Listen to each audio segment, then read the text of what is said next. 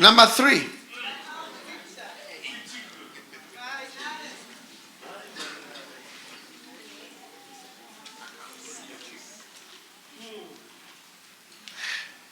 What is a Y element? What is a Y element? Number 3. I gave you 7 things. What is a Y element? What is number 3? A Y element are elements of youth. And these elements have the power to cause church growth. Without the Y elements, churches rarely grow. 16 teenagers and 20s not likely to grow. It's true. That's a reality. So where you see pastors trying to show their aged men, the Bible has revelations for aged men. It is not included in these ones. Wars and things. Third Y element. Third Y characteristic. Young element number 3. Willing obedience. Wow. Willing, eager obedience. Young people are eager and willingly obedient. You said we should paint our faces red. So should it be deep red or light red? And they are very excited that everybody coming to church is painting his face red. The old people will ask, why would we do something like that? What are you trying to achieve? It doesn't make sense. The Bible says, if you be willing, Isaiah verse 19, chapter 1. If you be willing and obedient, you shall eat the good of the land. That means you will have growth. Willingness and obedience leads to growth. Not just obedience, willing obedience.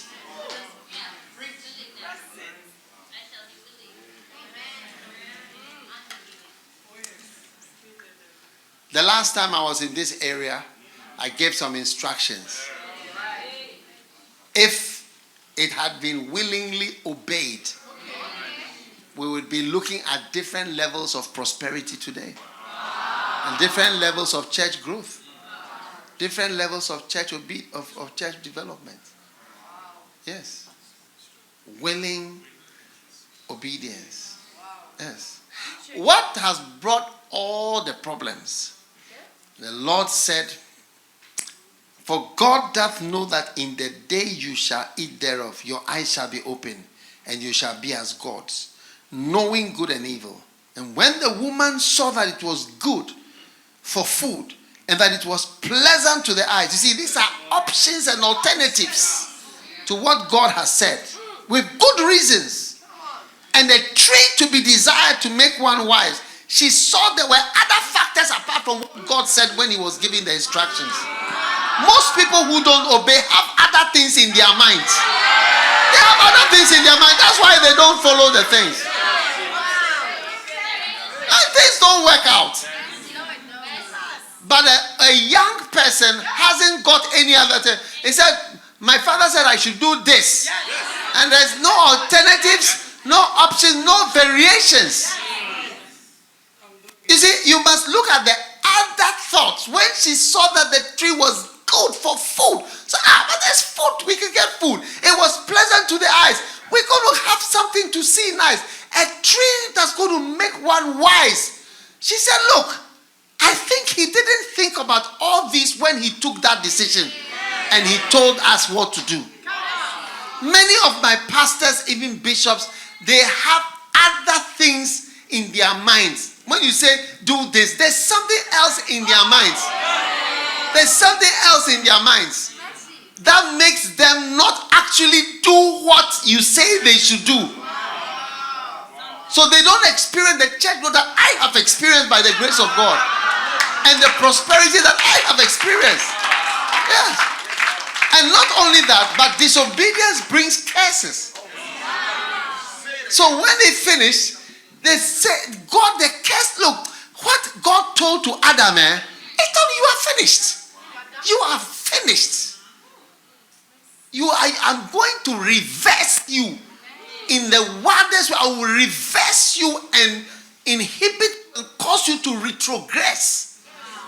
You know, there's a scripture which says, and God advanced Moses. God advanced Moses and Aaron. He advanced them. It's God who makes you move forward. When God is against you, look at it. And Samuel said to the people, it is the Lord that advanced Moses and Aaron. Once you disobey this person and he's not happy with you, advancement is over. You will never advance again.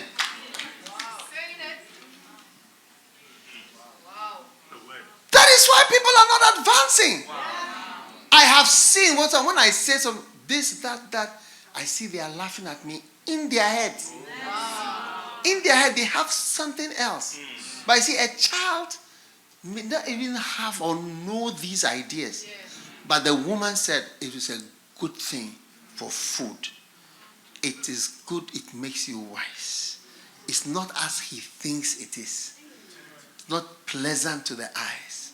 And a tree to be desired to make one wise. There were other things at the back of the mind of the person as the instruction came. For a long time I've been saying, let's give ourselves to this glorious mission unreservedly. People don't give themselves to the mission. And if they give themselves not unreservedly, they've always had something. One person said to me, when I said, let's give ourselves to the work of the Lord, she said, your father has money. You know, so your father has been able to do this and has been able to do this. That is why you are saying we should do that. I mean, she told me at the meeting, that is what is actually in her mind. So she wants to go to America and do whatever. And that's it. Everybody has something else in the back of their mind. That is why people don't enjoy willing obedience, which is a why element, which is an element that is anti-satanic. That's why I said, I've written to you young men, because you are the ones who have overcome the will. Just by not knowing much and just being willing and being obedient, it starts to lead to church growth. If you see people, they'll read the book, Mega Church, they'll read this chapter, that chapter, this is that. They read it, they believe it, they willingly obey, no thinking this, that, whatever. They just do it. The willingness and the obedience, it is anti-demonic. Because it is anti-curse. You see, what people don't realize, the first time the word curse came was used, this Adam and Eve and their issues. And curse comes because of disobedience.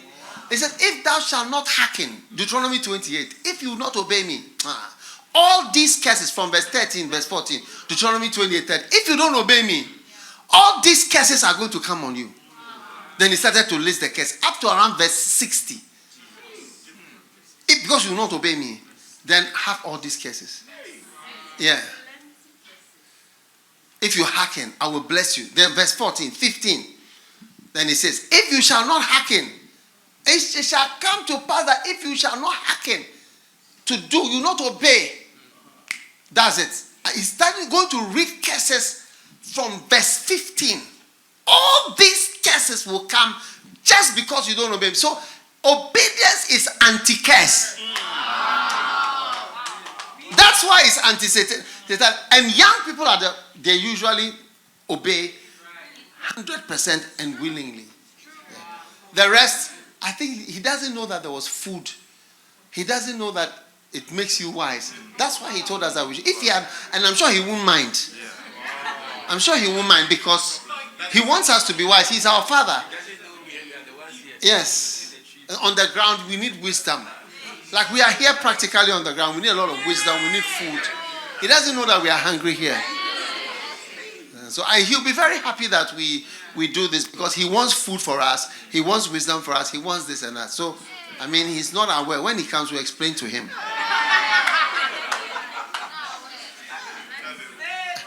And when God came, he said, you are done for.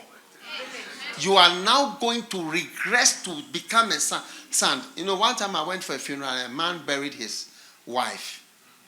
But they didn't bury her. They cremated her. So they said, come the next day for the ashes. You can bury. So we came the next day. The man was holding his wife in a bottle like this and was going to bury her. I looked at her and said, what is this? His wife bent together with the coffin and everything. It's in a small jar. And he was holding his wife and then moving this way to go and put her in the ground. I said, this is what has become of man.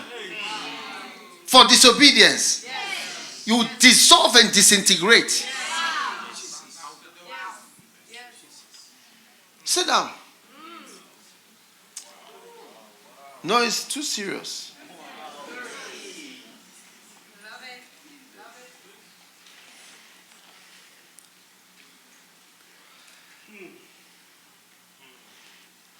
Obedience defeats Satan all the time.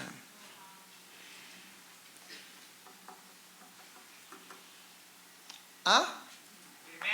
Yeah. The older my pastors are, the more disobedient they are. You can just correlate the age to the obedience. How does that graph go? Like this.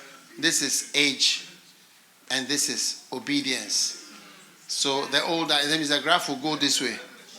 It will go downwards. As the age is going up, no. Obedience is on the left. Highest obedience, and then the age. So it's going down. Yes.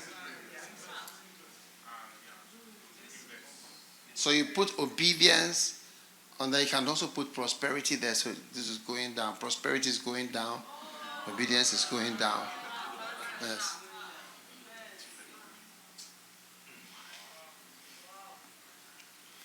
Charlie. Serious. Like when I see an older pastor, it's like it's not that he's against me, but he can't even obey. He can't even do the things. It's just fantastic. They can't obey. Like when I say, go ye into all the world, and you have a congregation of elderly women and elderly say, go ye into all the world. They'll be looking at you. Go where? We should go where? Do you know our problems? This one will say, my diabetes is disturbing me. This one will say, my blood pressure. This one will say, he doesn't know I have blood pressure. He doesn't know about my diabetes. He doesn't know about my knees. I should go to which world? Where is this world? The older they are, the less capable of obedience. It's just fantastic. So I am not a youth pastor. I'm a pastor of people. Anybody who wants to come to, and you find out most of the churches, the younger people want to come. Because most of the things of God, you can obey them. I mean, go into which world? Like, let's be serious.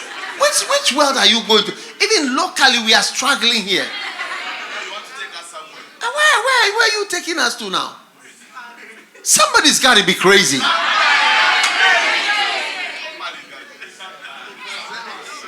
I should go to the world. Where? From Belize. Yeah. To where? Are you serious? That's why sometimes you have the parents of missionaries. Sometimes they are not happy with the missionaries at all. I say, and I tell them, well, you better go and sort out with your parents. No, the church is not sending parents. The church is sending every of us have to trust in God and relate well with your parents. If your parents say don't do this, you don't do it. That's all. It's up to you. That's the end of your ministry. That's all. I'm sorry for you, but that's it.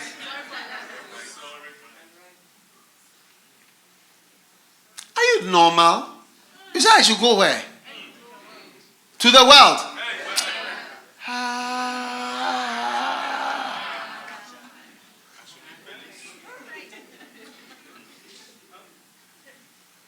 I met a brother. He was working in Somalia. Yeah. He was describing where they stay. They have a special place separate from the country. And they have people there, they have risk allowance, early death allowance. I mean, different allowances. Danger allowance, death allowance, this allowance, because they can die. But it says it goes there because of the money. If we were to send missionaries just to Honduras here or to El Salvador, you say, I don't know what they do.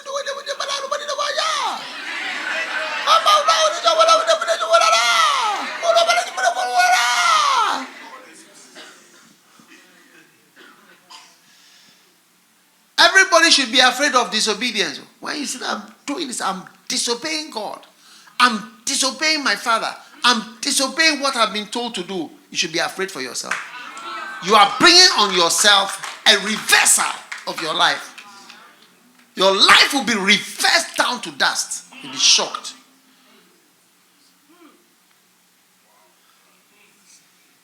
Go back. You are dust. Go back. You are not even a pastor. You are not.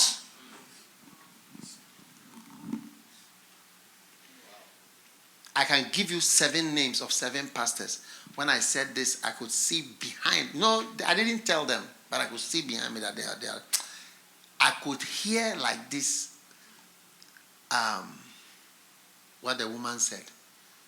That you don't know this, you don't know this, you don't know this, you don't know this.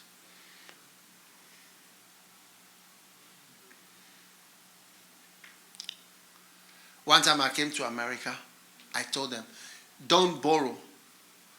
Try to live without. All of them said in their head, it's pleasant to the eyes. I said, you don't know. It's pleasant to the eyes. All of them said, it makes you wise. All of them said it's good for food. And I left. After that, the financial crisis came. I remember one brother, he also came to me and said, you know, the last time you came here, you said we shouldn't do this, we should do this. He said, now my houses are almost 20. I have almost 20 houses without debt. I own all these houses, apart from the one I'm staying in.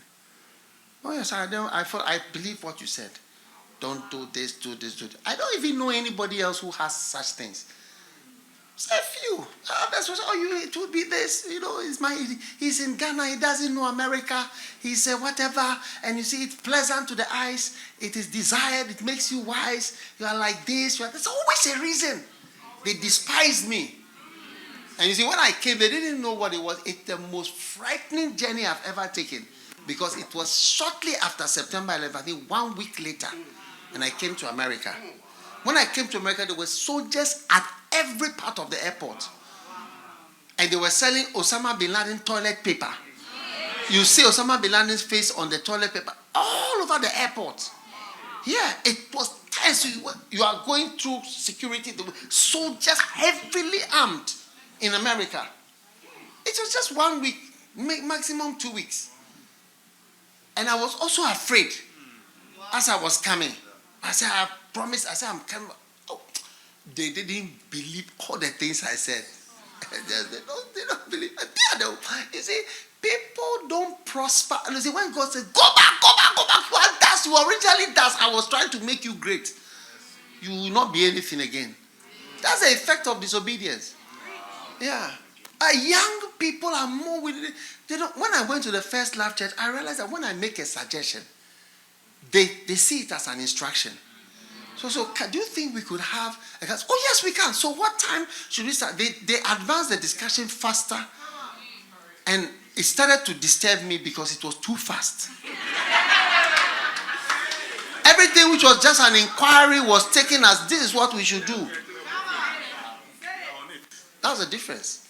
That's why I said I will not allow First Love Church to mix with the UD church, the grown-ups church. Because the older people will transmit disobedience to the young people. And the young people would despise the older people for their disobedience and their lack of prosperity. The Bible says don't put the new wine with the old wine. It will spoil both the wine and then the skin.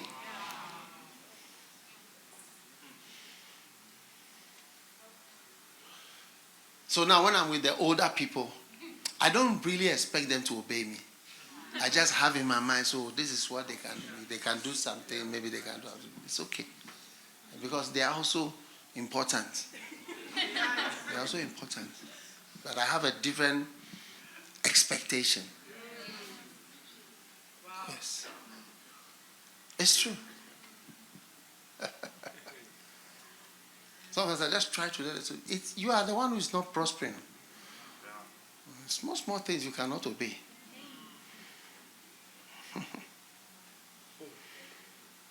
Number 3.